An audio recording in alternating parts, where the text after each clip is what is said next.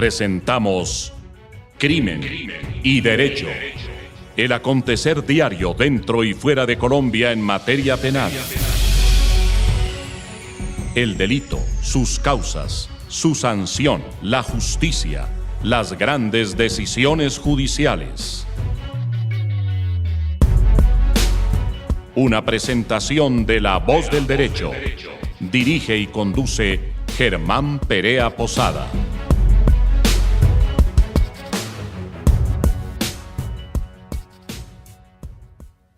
Doctores, muy buenos días a la radio audiencia de La Voz del Derecho. Nuevamente estamos acá en el aire con nuestro programa Crimen y Derecho, donde manejamos el acontecer diario en materia penal. Tenemos hoy unos grandes invitados para un debate absolutamente académico, en donde pretendemos hablar sobre los temas que hoy aquejan a la sociedad y que va más allá de ese eslogan que se ha generado prácticamente en materia judicial de que la imputación es un simple y mero acto de comunicación. Hoy tenemos unos grandes invitados, entre ellos al doctor Francisco Bernate Ochoa, profesor de la Universidad del Rosario, al maestro Ezequiel Manuel Sánchez Herrera, ex vicedefensor del pueblo y actual profesor también de la Universidad Externa de Colombia y de la Universidad Católica, y al doctor Ricardo Calvete Merchán también, quien viene fungiendo desde hace varios años al interior de la academia en varias universidades de nuestro país. Doctores, muy buenos días a todos y cada uno de ustedes. Doctor Calvete, buenos días. Bien, muy buenos días, doctor Perea, para usted y para toda la audiencia de La Voz del Derecho y este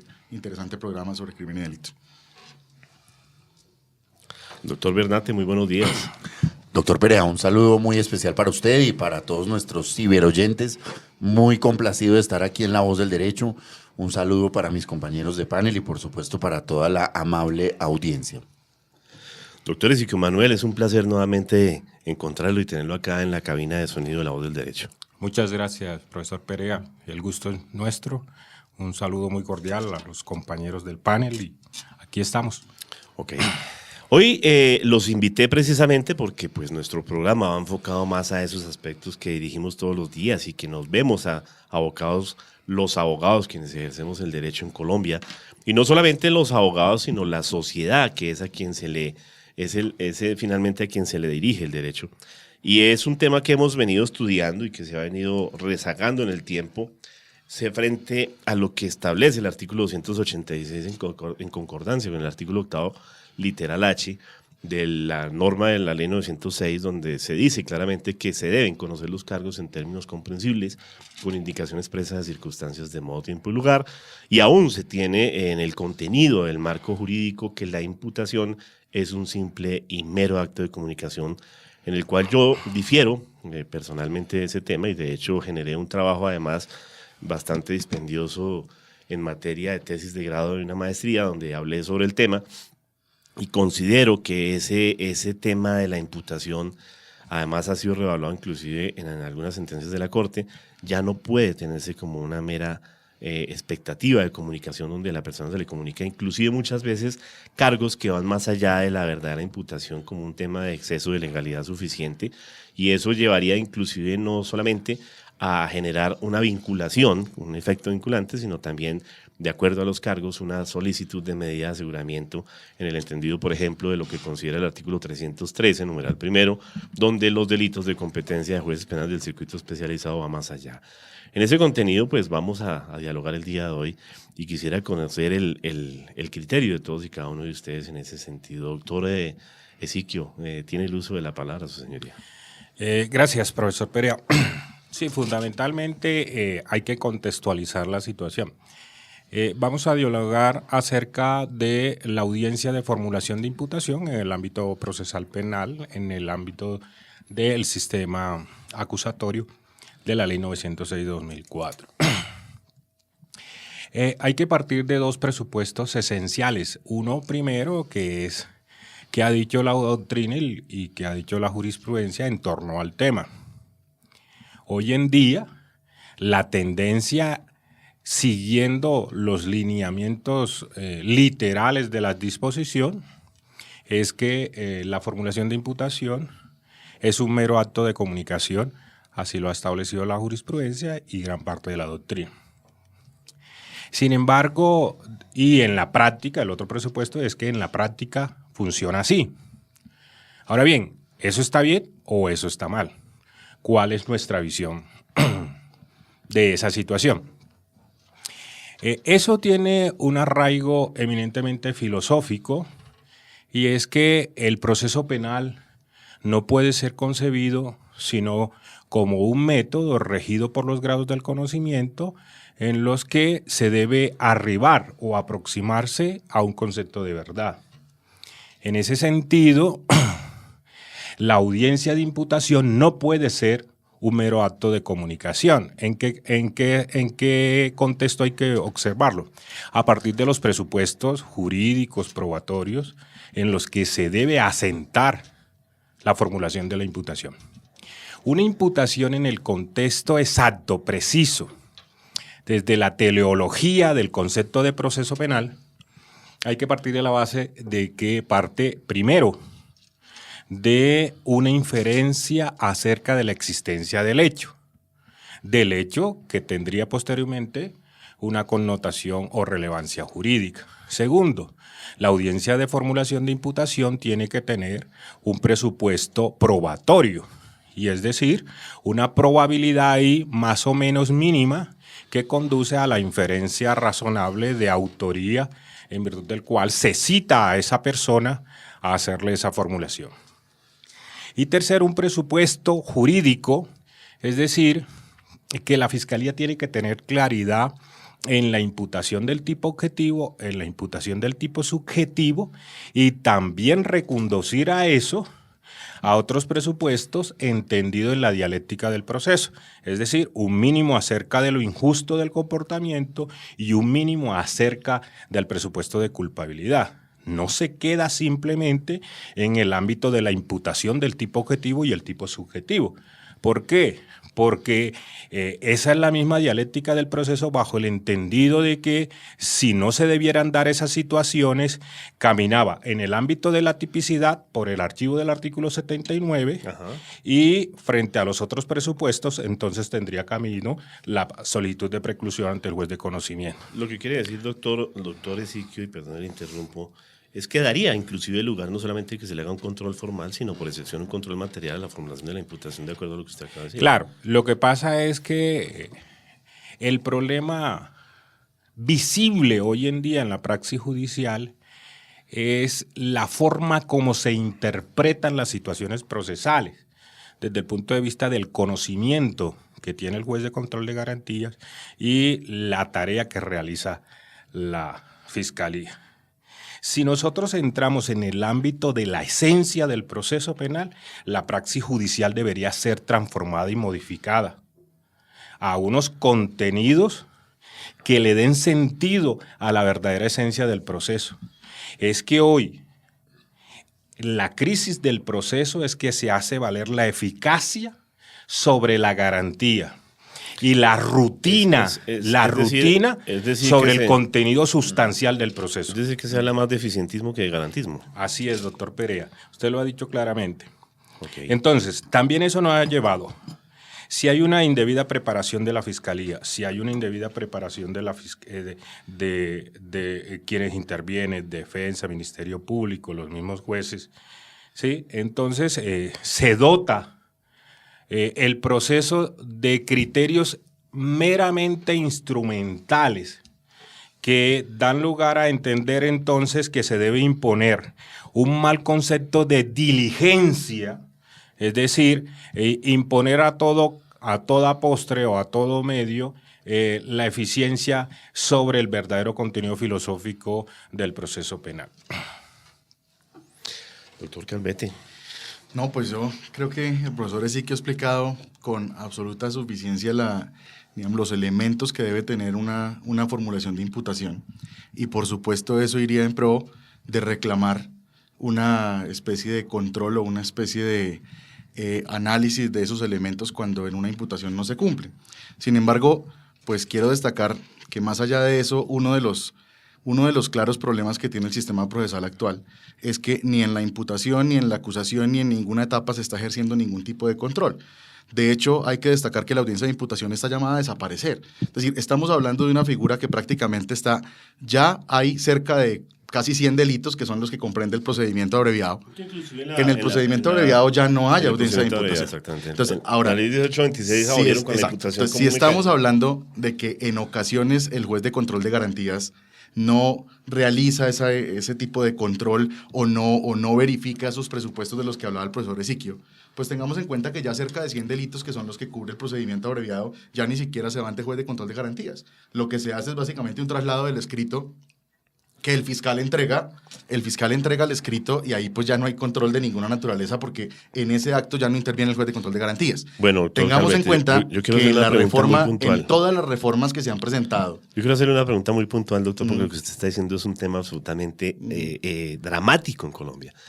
Y es precisamente que el legislador, previendo que la figura de la imputación se iba a convertir en una garantía de derecho de defensa técnica y material a partir del momento de la vinculación, lo que hizo fue, con un efecto más mediático que jurídico, abolir la formulación de la imputación en la ley 1826 cuando generó el acusador privado.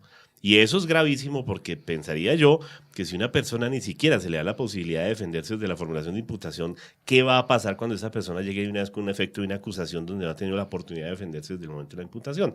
Ese es un tema que quiero que nos amplíe un poquito. Es claro que ya hay un buen número de delitos que quedaron sin audiencia de imputación por cuenta del procedimiento abreviado. Y todas las reformas que se han presentado posteriormente, que no han pasado, pero que han estado tramitadas en el Congreso, eliminan la audiencia de formulación de imputación para el resto de los delitos.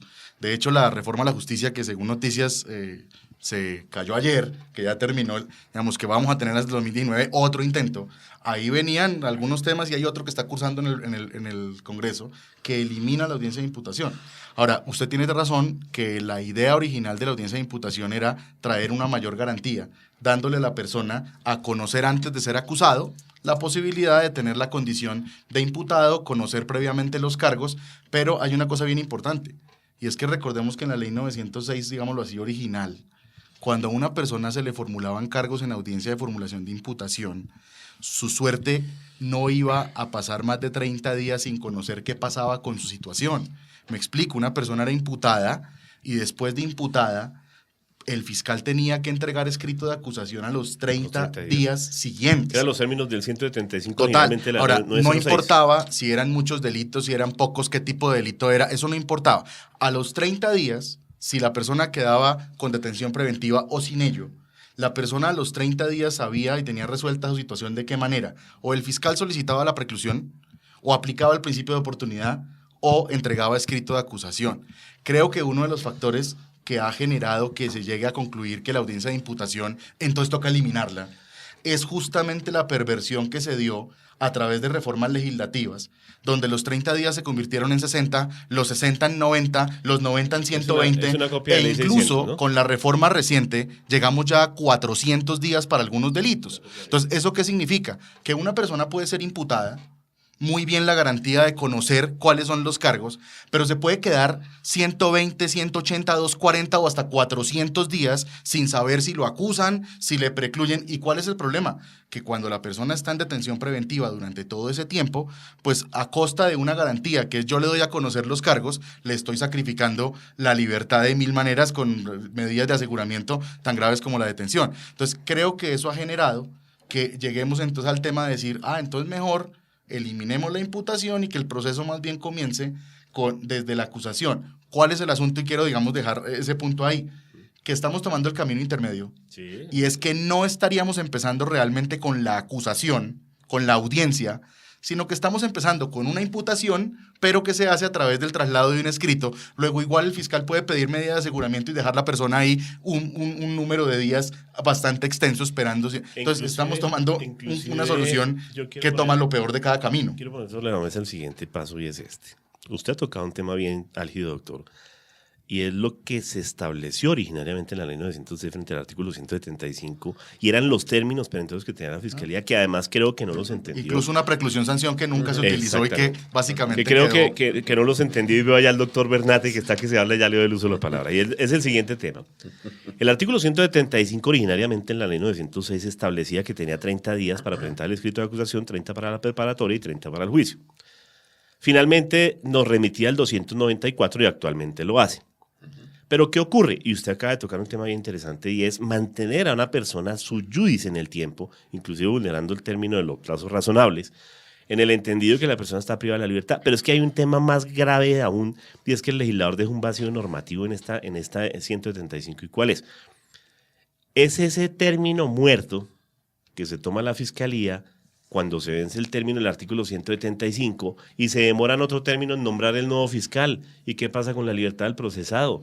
¿Ese se va para la casa o ese queda privado de la libertad? La Fiscalía se toma otro término que es muerto. El juez puede aplicar el segundo inciso del 294 donde dice que si la situación permanece sin definición se dará la libertad inmediata o operará la causal de preclusión. Ahí hay un poco de situaciones de índole bastante delicadas. Ahora, para darle el uso de la palabra al doctor Bernat, el contenido de la 906 era en principio investigue para imputar, no impute para investigar. Y es lo que estamos viendo y por eso fue que se emplearon los términos posteriormente para dejarlo en 120 y no, porque decían que no alcanzaban a investigar.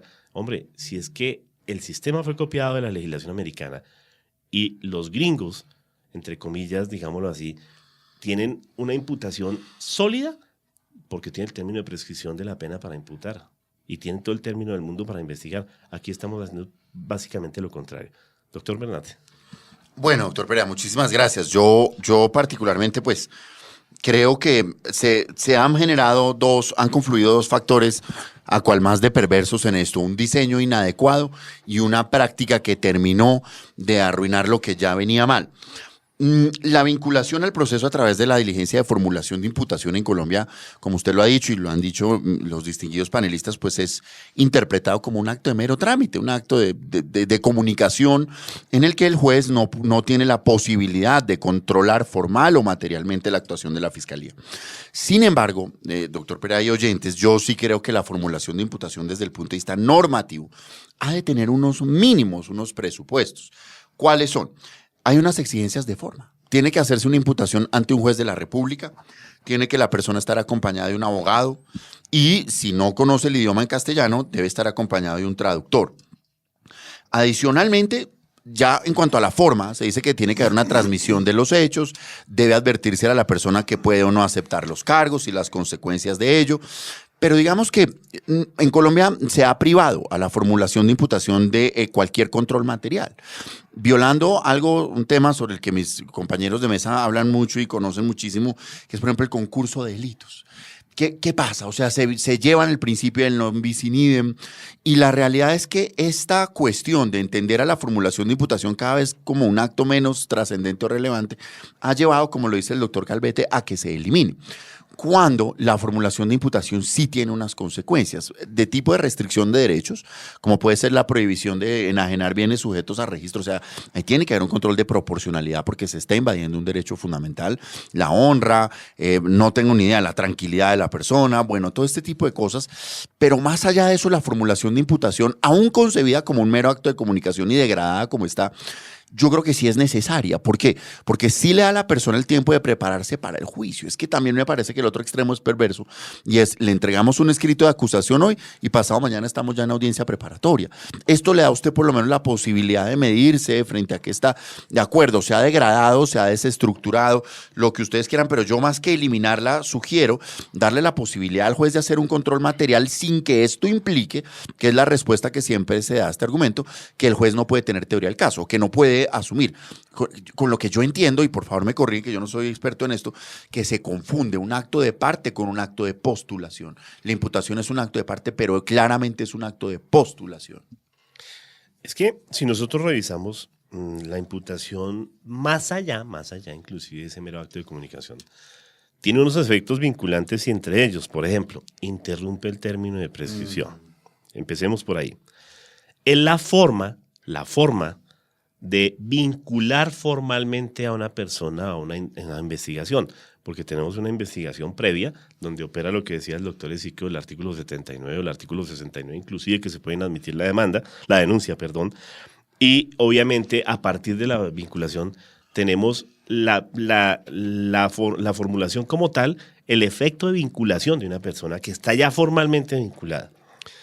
El doctor Bernat acaba de hacer una mención que es absolutamente clara, consagrada en el artículo 97, que es la prohibición de enajenar bienes sujetos a registro dentro de los 6 meses siguientes. Es decir, que con la vinculación de la formulación de imputación, mal llamada acto de mera comunicación, la persona se le está restringiendo un derecho real ya sobre sus bienes y no los puede enajenar. Tenemos también los que empiezan a correr los términos del 175, efectivamente, para efectos de generar los términos que tiene la Fiscalía como titular de la acción penal con base en el 250 de investigación. Y a partir de ahí, con base en ese 175, tendríamos 60, 90. Y finalmente da lugar, en algunas situaciones de índole meramente objetivo, porque vamos a hablar de ese tema en este momento, y es que puede dar lugar a la medida de aseguramiento, como el caso de los delitos de competencia de los jueces penales del circuito especializado. Entonces, yo pienso que es clave reevaluar el concepto de que es una mera expectativa de comunicación. Doctor Ezequiel, ¿usted qué opina? Bueno, lo que pasa es que ahí se plantea un intríngulis muy neural, y es que entra en controversia unos aspectos que son de mucha controversia. Primero, ¿el fiscal es o no el titular del ejercicio de la acción penal? Entonces, cuando se plantea el efecto del control material del juez de control de garantía sobre el acto que realiza la fiscalía, entonces se piensa, ¿qué debe hacer el juez de control de garantía? Improbar, rechazar, instar al fiscal para que modifique y aclare la imputación. Es más, hoy en la práctica, muchos jueces de control de garantía ni siquiera le dan el uso de la palabra a la defensa en la imputación. Cosa que la Corte Constitucional avaló. Sí, cosa que es muy indebida. Entonces, el problema ahí está en el juez. Por un lado, se le envía al juez de control de garantía una tendencia de control constitucional como un juez constitucional. Cuando la Corte Constitucional le dice, usted puede practicar pruebas de oficio, usted realiza actos de impulso procesal, y por el otro lado la práctica le dice, en la imputación no se meta porque es dueña la Fiscalía. ¿Sí?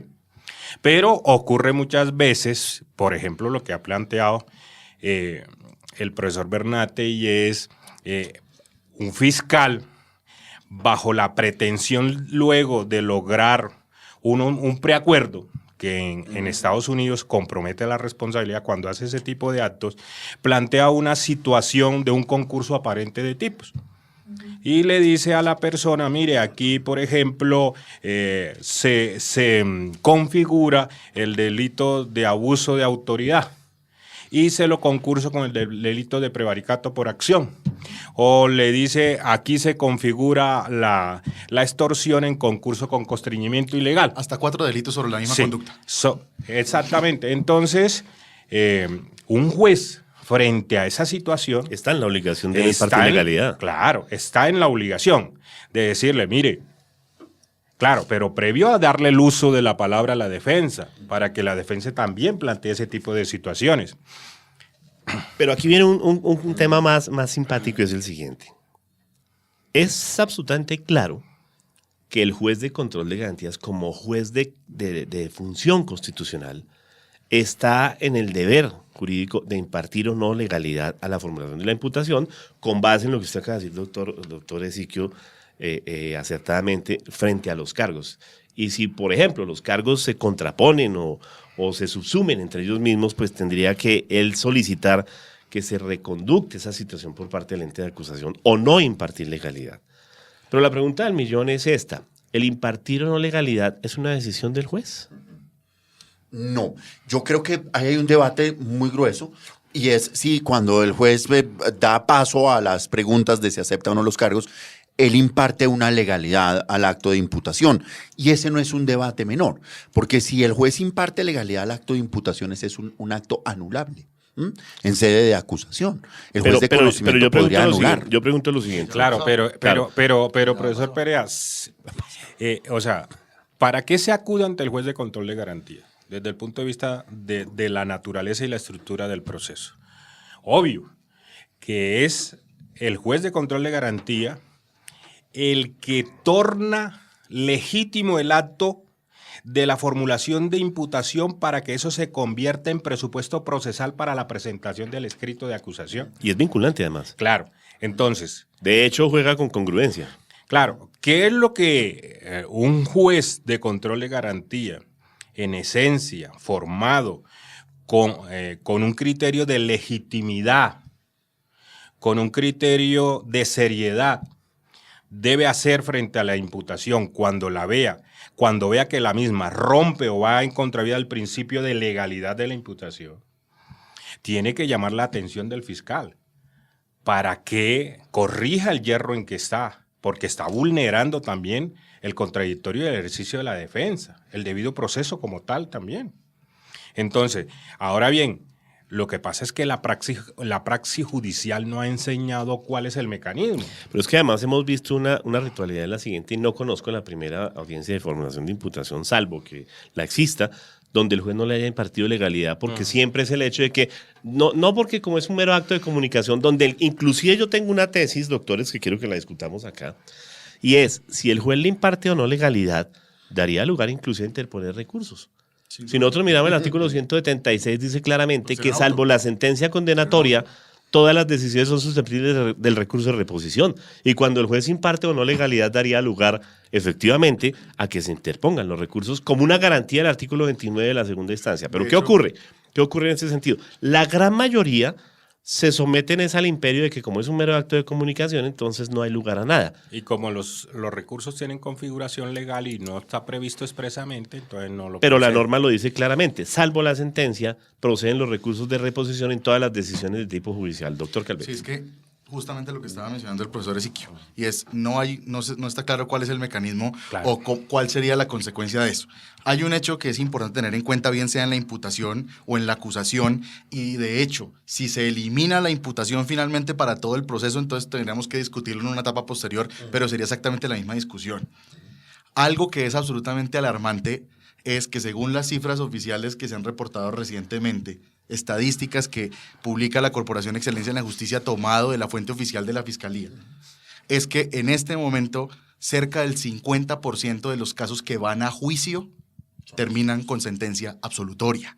Es decir, sí es cierto, el porcentaje de condenas en este momento en Colombia es del 87%, algo similar, pero la gran mayoría son por virtud de aceptación de cargos o preacuerdos. Los casos que van a juicio están terminando cada año más. Los últimos años ha venido incrementándose la cifra a tal punto que para el año 2017 la cifra se acerca al 50%. Eso significa que estamos yendo a juicio a que la Fiscalía pierda y no sostenga las acusaciones en juicio. Y eso creo que tiene distintas razones. Tiene distintas, claro, ahí no es una sola causa, hay bastantes causas que explican esto, pero una de ellas es la que estamos discutiendo, es que el fiscal pasa derecho sin control hasta el juicio. ¿Por qué pasa derecho sin control? Porque si no hay control en la imputación y es un mero acto de comunicación, el fiscal imputa los delitos que él considera configurados y no va a tener ninguna posibilidad de que el juez le diga, no, pare aquí, que esto no se da, esto es un concurso aparente, la conducta no es delictiva, la norma no existía para el momento de los hechos, esto está prescrito, aquí falta lo que decía el profesor Ezequiel al comienzo, Eso falta la inferencia razonable. Eso inclusive sería un excelente filtro para evitar la congestión que tenemos actualmente. Pero como no hay del filtro tipo ahí judicial. y pasamos luego a la acusación, Claro. y en la acusación tampoco hay filtro, ¿por qué? Porque ahí va a haber un argumento adicional y es, el juez ahí ya se puede meter menos, ya menos puede, porque como va a ser el juez del juicio, entonces se podría estar ya contaminando y estaría resolviendo, y con ese argumento, lo cierto es que desde que se imputa hasta que se llega a juicio no hay ningún control ni ningún filtro, y viene lo que estaban mencionando los profesores anteriormente, y es, y si el juez lo hace, ¿cuál sería la decisión? Ajá. Entonces, ¿qué ocurre? Que en la práctica, lo que el juez hace de pronto es alguna observación, o de pronto hace algún comentario, o de pronto le sugiere al fiscal que eso... Y la pregunta es, ¿y eso obliga al fiscal? No, mire, en la práctica, los pocos casos en los que un juez de pronto ha dicho en la imputación que eso no pasa, el fiscal en lugar de apelar ha ido a presentar la imputación ante otro juez. Ah. Va ante otro juez y imputa. Y número Bueno, dos, pero yo pregunto una cosa, la doctor. acusación Yo pregunto está una generando cosa. este efecto, digo para lo que recientemente ha decidido la Corte. Y es cierto, la Corte recientemente ha dicho, oiga, eso no puede pasar así. Es cierto que tienen que haber hechos jurídicamente relevantes, esto tiene que precisarse. Y recientemente la Corte incluso ha anulado hasta la imputación. Pero hay una cosa importante. Cuando la Corte ha anulado la imputación, la decisión en últimas ha sido fiscal, vuélvalo a hacer. Claro. Entonces, cuando la decisión es fiscal, vuélvalo a hacer, volvamos atrás y vuélvalo a presentar, pero hágalo bien, pues en la práctica pasa lo que han dicho. Y es que como no hay una decisión clara acerca de lo que se hace, casi que siempre terminan hasta diciendo dejemos pasar esto y en juicio lo discutimos. Pero hay un punto bien importante, y es que, digamos, en la praxis judicial colombiana sí se ha llegado a anular imputaciones. Es decir, Sí, claro. pareciera que es una de esas cosas que pasan subrepticiamente, Tribunal de donde se ha Bogotá lo dicho, como 4 veces. donde se ha dicho, hombre, hay unos límites. ¿Cuáles son los casos que yo he logrado, digamos, documentar? Primero, cuando la imputación es manifiestamente contraria a la lógica. Y el caso puntual es, se imputa a un señor un homicidio de una persona que está viva, por ejemplo, ¿cierto? O de la sustracción de una cosa que ya se sabe que no existe, en fin. Segundo, y es a la que usted hace referencia, cuando la imputación fáctica es absolutamente oscura o es compleja, difusa, básicamente donde le dicen el señor ciudadano no sabía qué era lo que se le estaba imputando. Y más o menos en este caso que la Corte acabó de anular, más o menos dicen, dejó la constancia, dejó claro que no entendía nada, que no sabía qué era lo que estaba pasando. Luego, un poco viciando lo que vino de ahí para adelante. Y por último, es curioso. Pero mire que más allá de los debates tan profundos que se generan en esta mesa, la circunstancia por la que más se anulan las imputaciones en Colombia tienen que ver con la oferta que le hace la fiscalía a la persona a cambio de aceptar los cargos. Porque, por ejemplo, le proponen hasta el 50% de rebaja cuando, por ejemplo, es una flagrancia y no procede, ¿sí? O hasta el 50% de la rebaja y no le dicen que es que tiene que reintegrar el monto de lo apropiado en los términos del 349. Mire cómo en vez de un control material estamos haciendo un control del formalismo. Y eso quizá abra la puerta, ¿no? Para que se abran debates mucho más fuertes. No, el ejemplo es muy, muy especial en el sentido de que, por ejemplo, lo que está ocurriendo con la ley 1826 de 2017 en torno al manejo de la flagrancia. Una persona es aprendida en situación de flagrancia, ahí tiene que hacerle el traslado de la acusación previamente a formularle en estricto sentido el cargo, ¿correcto? En los términos de la ley. La Corte Suprema de Justicia extendió el monto de hasta el 50% de la rebaja punitiva que establece la ley 1826 a todos los casos de la ley 906 de 2004. Vía tutela. Sí, Sí, vía vía tutela. tutela. Que hay una contradictoria, porque Sí. hay otra que va para el otro Pero en la práctica, hoy en día la defensa y los jueces, no tanto la fiscalía, están encaminadas a esa teoría. Entonces, tiene que ser claro qué es lo que le estoy atribuyendo y cuál es el monto de lo que le estoy ofreciendo. Porque si le ofrezco el 12.7% o 5% que establece la 906, frente hasta el 50%, eso es un criterio que tiene que estar controlado en el ámbito de la imputación. ¿Sí? Eso es un ejemplo que traía el profesor Bernate, me parece. Es que además, muy inclusive, eso está regulado dentro del contenido que trae el artículo 8º literal H, que dice conocer los cargos en términos comprensibles con indicaciones expresas de circunstancias de modo de impunidad. Inclusive el fiscal está obligado, en el momento de la formulación de imputación, no hacer una imputación jurídica, genérica jurídica, sino una imputación fáctica donde le establezca además las condiciones que tiene esa persona de favorabilidad, inclusive para efecto de beneficios. Porque aquí ocurre lo que decía el profesor Bernate frente, por ejemplo, a los preacuerdos. Yo planteo una situación. Hay prohibiciones para preacuerdos, como por ejemplo los casos de 1098, pero si la persona va a desactivar una actividad criminal, no cabría la excepción de inconstitucionalidad, doctores, para efectos de garantizar efectivamente que no que se continúe con la perversidad de permitir en un momento dado que continúe la actividad delictiva, porque es que la ley prohíbe taxativamente el ejemplo patético. Una persona dice, yo estoy traficando con personas menores de edad para efectos sexuales, pero si ustedes me dan un principio de oportunidad o me dan, por ejemplo, un beneficio, yo desmantelo la actividad criminal y le decimos, no, porque opera la 1098 y no tiene beneficios de nada. Entonces, ¿aplicaría o no esa excepción de inconstitucionalidad? ¿Qué opina, doctor Bernardo? Hay un punto bien importante de lo que dice el profesor Ezequiel y es el siguiente. En esta situación tan extrema donde el defensor, cuando se le da la palabra, como usted lo dice, empieza a plantear algunas observaciones, Mire que incluso ya se lleva la cosa al otro extremo y hay defensores que prácticamente están pidiendo de manera anticipada la tasación de la pena con cuartos y demás. Claro. Entonces, yo creo que los extremos son perversos, cualquiera que sea, porque tampoco podemos hacerla tan formal que no pueda llevarse a cabo un acto tan sencillo que es la apertura.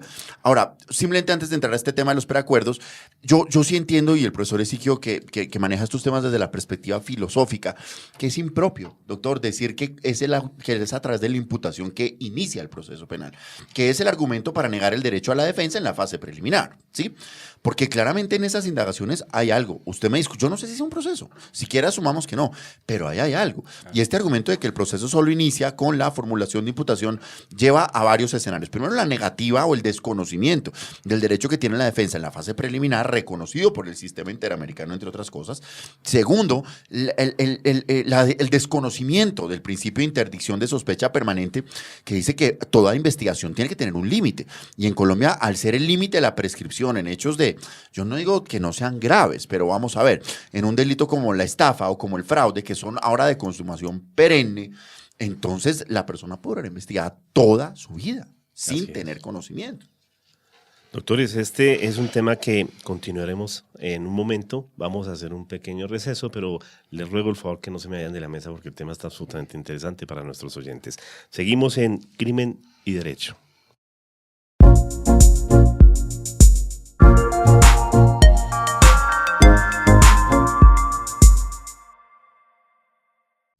Volvemos nuevamente, señores, con nuestro programa Crimen y Derecho frente al debate que planteamos el día de hoy con relación a la formulación de la imputación. Tenía el uso de la palabra el doctor Bernati hablando precisamente sobre ese tema y las garantías que inclusive dan dentro del debate adversarial que se debe tornar frente a la formulación de la imputación, consagradas además como un tema de control de convencionalidad por tratados de tipo internacional. Doctor Bernate, por favor, continúenos su idea.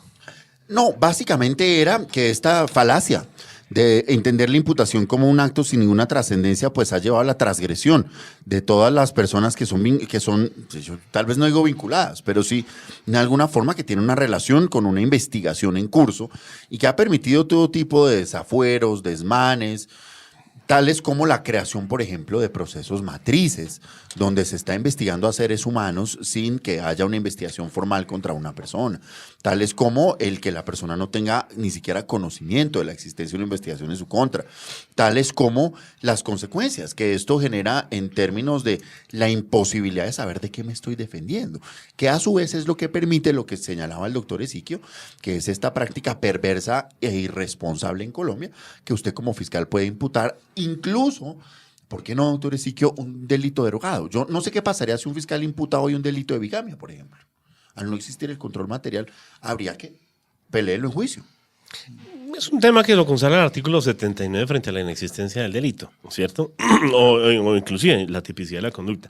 Pero aún pienso yo que hay un tema más grave y más delicado que se está gestando en Colombia, y es el de las imputaciones en el entendido de la estadística del funcionario judicial, a donde al parecer se tiene previsto que tiene una tarea, y esa tarea es que tiene que hacer X número de imputaciones, inclusive los mismos funcionarios se han pronunciado en el entendido que ya están absolutamente desgastados, porque es que yo pienso, con muchísimo respeto por la Administración de Justicia y por muchísimo respeto por el ente de acusación, pero es que al funcionario no le puede poner jamás administrar justicia desde el entendido de la estadística, porque es casi que ponerlo a pensar con el estómago y no con la cabeza.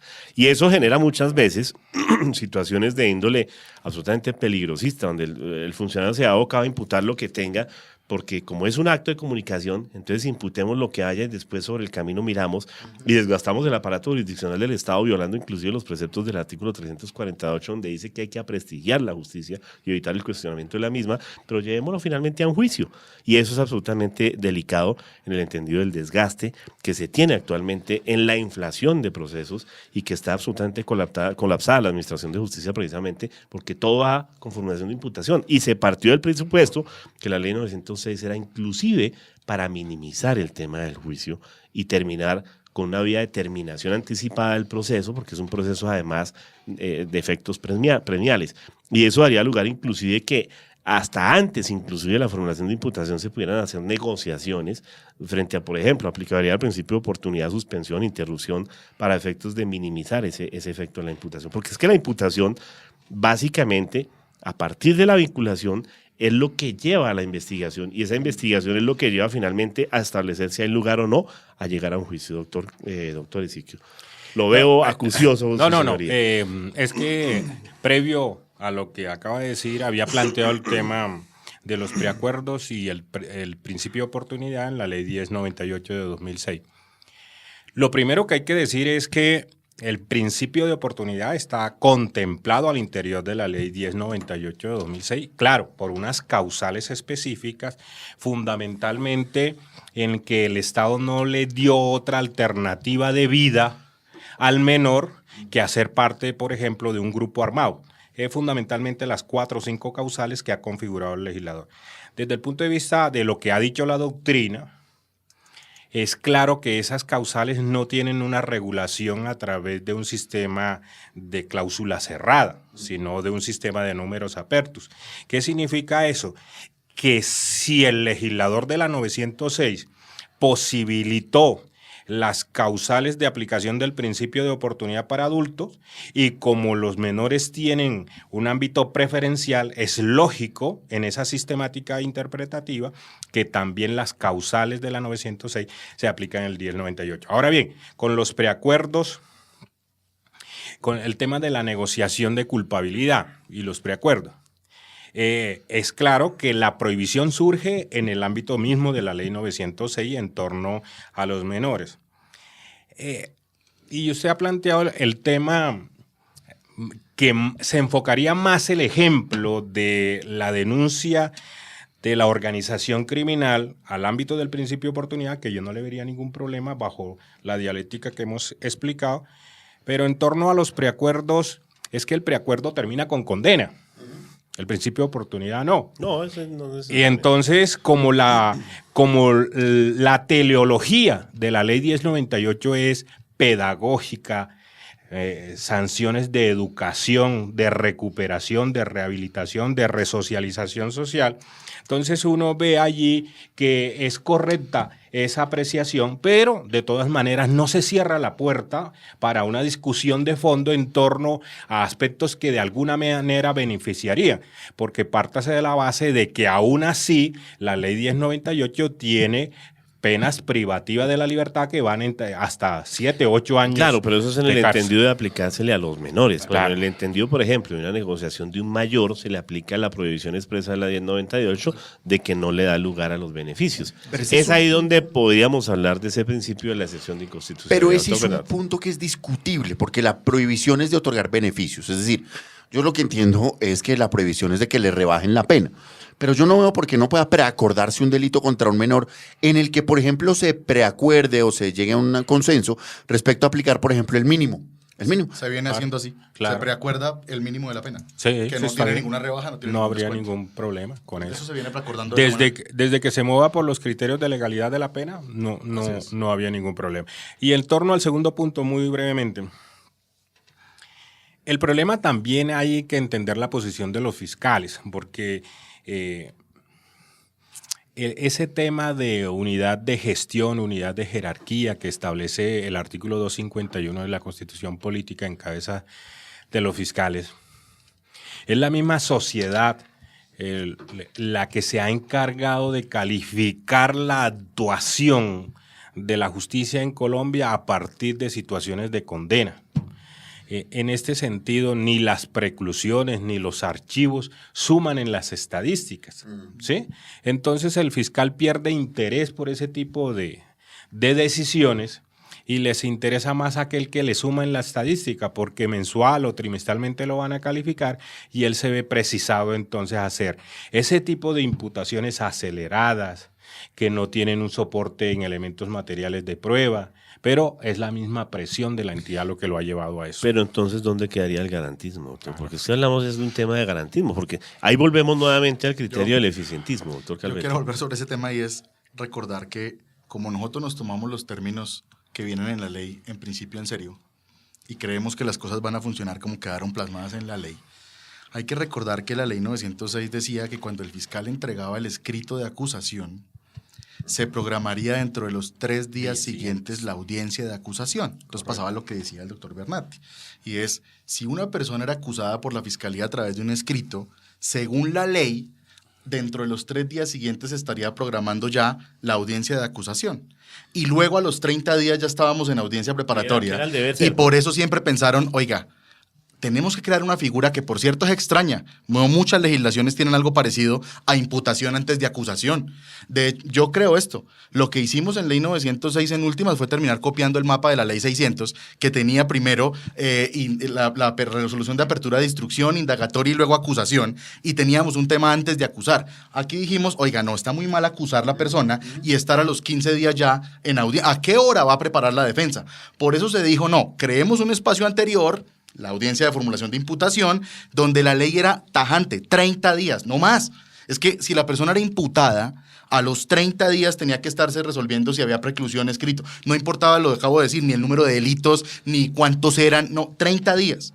Ahora, eso se hizo justamente para dar la garantía de la que hablaba el profesor Bernatti, y es que la persona pudiera conocer antes de qué es que lo iban formalmente a acusar prontamente.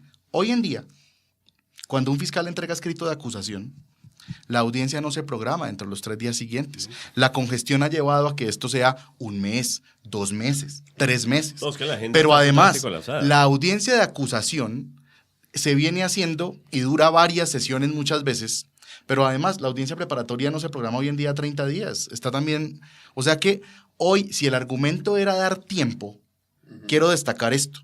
Hoy en día, cuando un fiscal entrega escrito de acusación, hay mucho más tiempo el llegar hasta la preparatoria que lo que originalmente decía la ley, que era 30 días entre imputación y acusación. Por eso es que muchos dicen hoy, pues si ya está eso así, pues entonces la imputación viene casi que la vienen sacando del espectro. ¿Por qué razón? Porque es que ese argumento del tiempo, de que la persona tenía que tener tiempo para preparar, no solamente hoy en día cuando se acusa hay de verdad tiempo por encima de lo que la ley dice, muchísimo más. No conozco un caso donde realmente entreguen escrito y a los 3 días estén en audiencia de acusación, ni a los 30 días en preparatoria. Normalmente eso ya está mucho más largo. Sino que además el costo de la medida de aseguramiento o de las medidas que ustedes hacían referencia de prohibición de enajenar, la condición de imputado.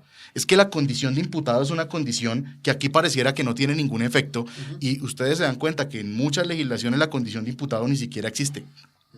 Porque esa condición de que yo estoy ahí imputado y a la espera de ver qué pasa, es una condición que afecta muchos amplios ámbitos de la vida de una persona que van más allá de lo que tiene la ley. No es, perdón, doctor, le interrumpo para que usted continúe con el tema.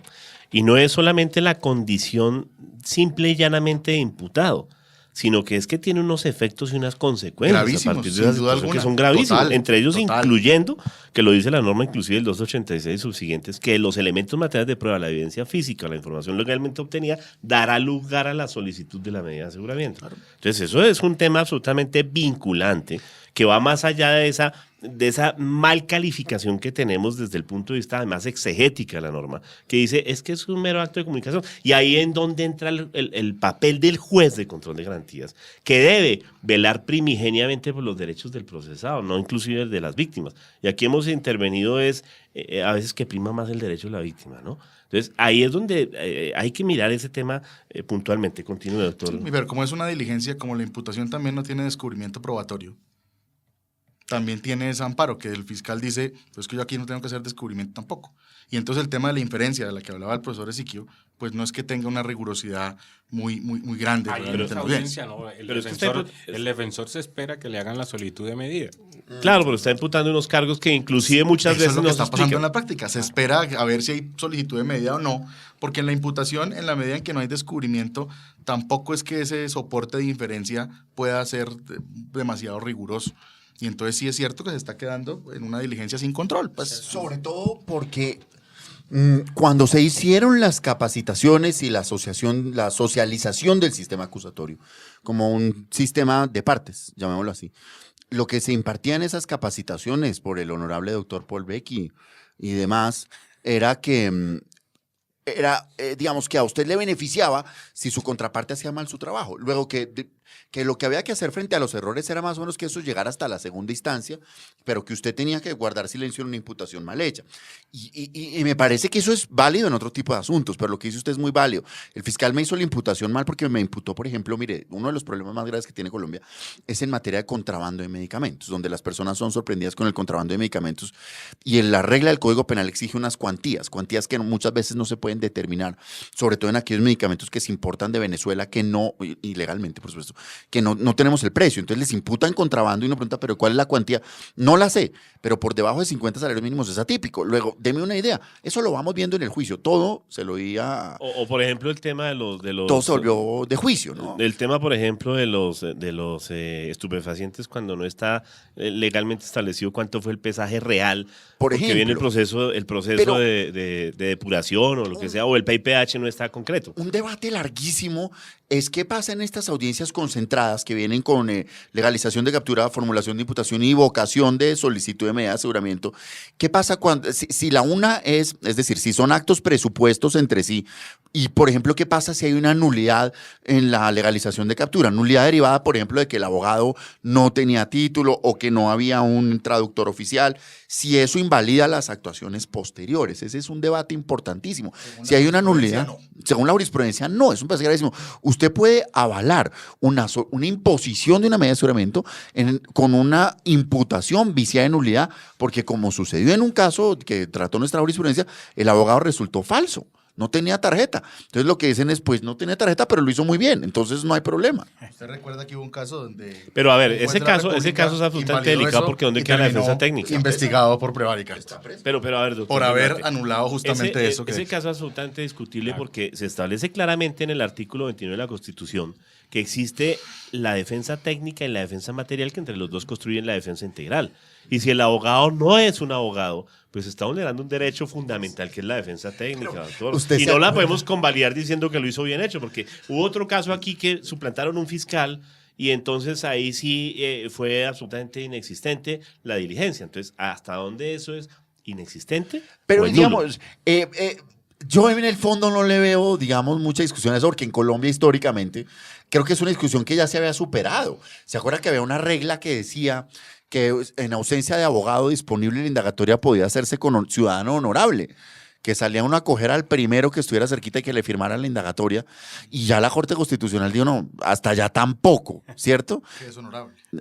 Sí, pero sin lugar a dudas, pues yo sí encuentro que deben haber un mínimo de requisitos formales y que debe tomarse en serio esta labor. Porque también le digo una cosa, doctor, con lo que decía el doctor Ezequiel del funcionario judicial, lo que usted decía de las estadísticas, ¿a qué estamos arrojados? A un sinnúmero de imputaciones en las que el que tendrá que hacer el juicio es otro fiscal y el que se lleva el problema es otro fiscal. Y estamos pasando la congestión de las fiscalías a los juzgados, y eso es lo que explica lo que usted dice. Si hubiese un mínimo de control sobre la imputación, un mínimo de presupuestos formales y materiales, seguramente no tantos casos se irían a juicio. Es que el debate es tan absurdo, ustedes me corrigen, pero llegó el punto en que usted, para poder aplicar un principio de oportunidad, tenía que imputar y después sí lo aplicaba, porque se decía que el principio se aplicaba respecto a un proceso en curso. Si usted elimina todas esas formalidades, puede hacer un sistema más ágil, ¿no? Sin duda alguna. Es el tema que se planteó en algún momento, inclusive por la legislación chilena, que es el tema de las unidades de decisión temprana, ¿no? Es decir, yo puedo descolapsar el sistema antes, inclusive, de la formulación de imputación, porque puedo entrar inclusive con una imputación preacordada previamente, que da lugar inclusive a la terminación del proceso, porque ya está preacordada y va desde aceptación de cargos. Incluso o puedo ir el inclusive juez dicta la sentencia. Directamente, El que sería el claro. juez de control de garantías dicta la Exactamente, sentencia. dicta la sentencia ahí mismo. No porque tiene que pasar al otro porque lado. es una imputación preacordada y eso descolapsa el sistema. O inclusive da lugar a que el fiscal, en garantía, por ejemplo, la aplicabilidad del principio de oportunidad antes de la formulación de imputación, vaya a una figura de suspensión.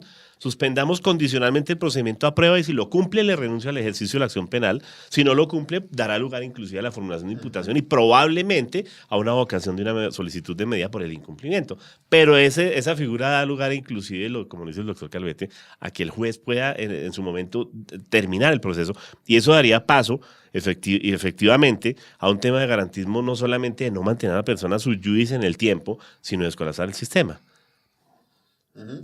Es correcto. Eso es absolutamente válido. Ahora tenemos otro tema, doctores, frente a ese mismo precepto de la imputación.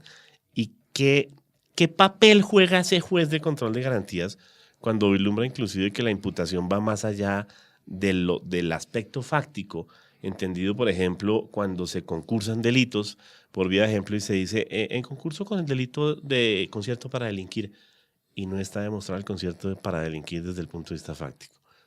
¿Qué opina usted, doctor? Sí, es lo que venimos hablando. Precisamente ahí es donde está el ejercicio del control material en torno a la imputación. Porque es que la imputación parte del presupuesto de unos hechos jurídicamente relevantes y esos hechos jurídicamente relevantes deben tener una adecuación correcta. Porque si no se rompe el principio de legalidad de la imputación. Y eso afecta directamente el ejercicio de la defensa. Pero volvemos, perdón, doctor, para que nos entienda más el ciudadano de a pie, porque jurídicamente nosotros lo entendemos, y es, ¿qué pasa con esa vinculación? Porque es que excede un tema que se llama legalidad suficiente frente al tema de la imputación. Yo voy más allá de los cargos e inclusive muchas veces se infla para lograr un preacuerdo. Claro. Entonces, si yo logro el preacuerdo, le quito el concierto. Pero ¿en qué consiste el concierto para la persona?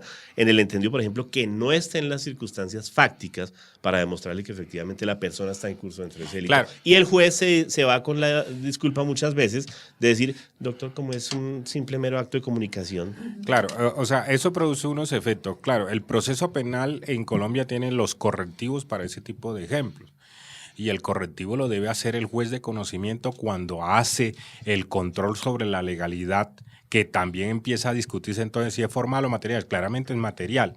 Y allí el juez debe tener la suficiente capacidad de decirle, que fue lo que planteó la sentencia C095-2005, en torno al papel del juez de conocimiento en los preacuerdos, en el entendido de que nunca se ha aplicado la figura, que el juez de conocimiento, cuando analiza o ejerce el control material, podría llegar hasta el punto de absolver. Aquí nunca absuelve.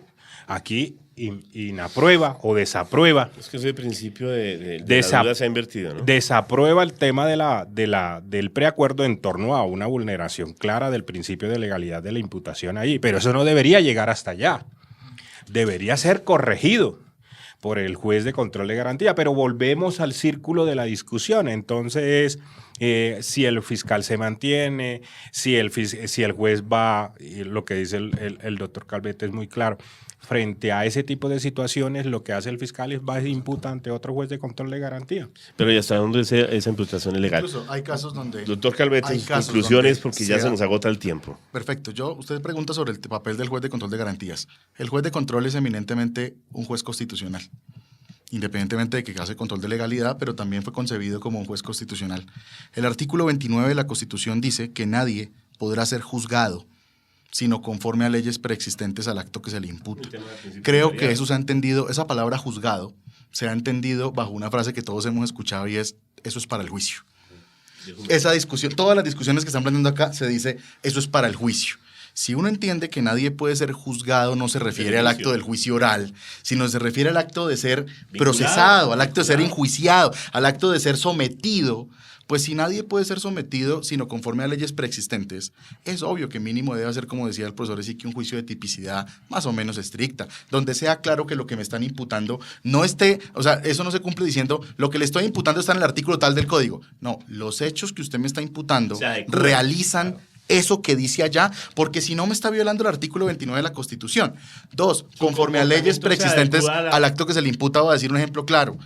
Imputaciones donde se está imputando algo que no era delito para el momento de los hechos.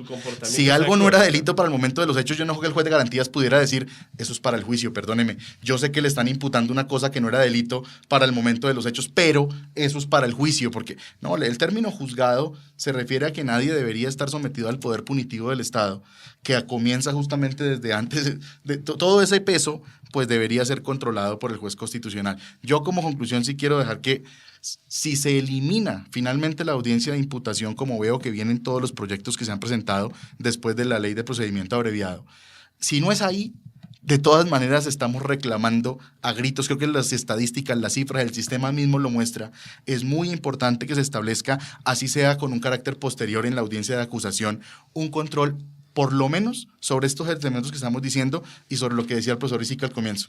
Y es sobre ese mínimo probatorio que se requiere, que es probabilidad de verdad. Y cuando esa probabilidad de verdad no está, que es un estándar bastante alto, casi por debajo del más allá de toda duda, pero es un estándar alto.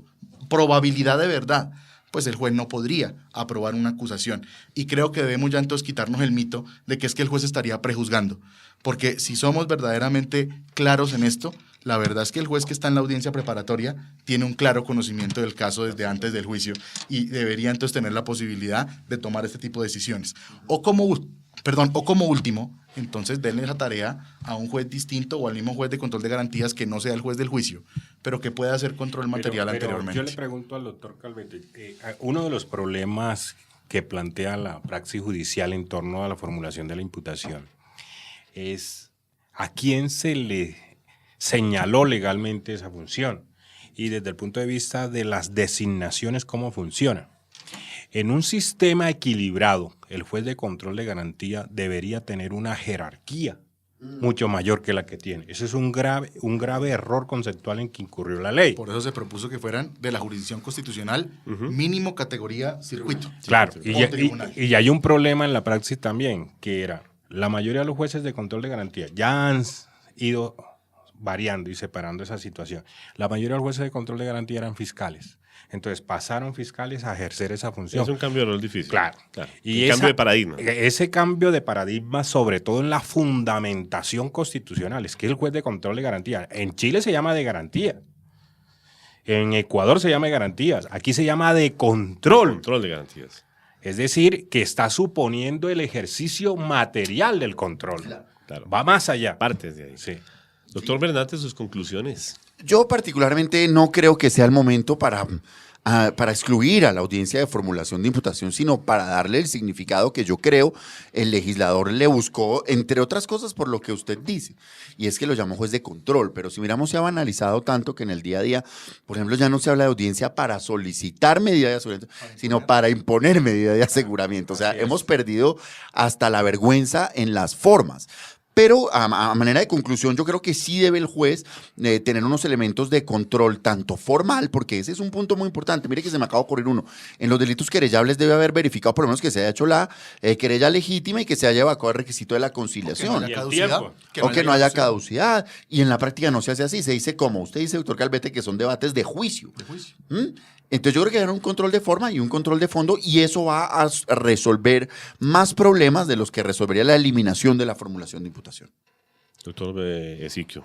Bueno, a mí me parece que el debate ha sido muy importante en torno a brindarle a la audiencia algunos criterios en torno al tema de la audiencia. La verdad es que hoy en día está prevaleciendo los defectos de la práctica sobre el contenido sustancial que debía tener la audiencia de imputación. Entonces, la conclusión a la que yo arribaría es, existe la necesidad de hacer una nueva pedagogía del concepto de imputación que haga prevalecer los derechos fundamentales de la persona que está sometiendo a un enjuiciamiento, que está siendo sometido a un enjuiciamiento sobre la tarea de eficacia y celeridad en la aplicación de la impartición de justicia. Es un tema más, diría yo, para cerrar el programa del día de hoy, que además les agradezco su presencia, doctores, ha sido absolutamente nutridos desde el punto de vista académico, es de garantizar, valga la redundancia, el garantismo sobre el tema de efectivizar en un momento dado ese mensaje a la sociedad de eficientismo que estamos generando actualmente. Doctores, espero contar nuevamente con su presencia en los próximos programas. No sabemos todavía si podremos hacer uno dentro de 15 días porque nos avecina la Navidad.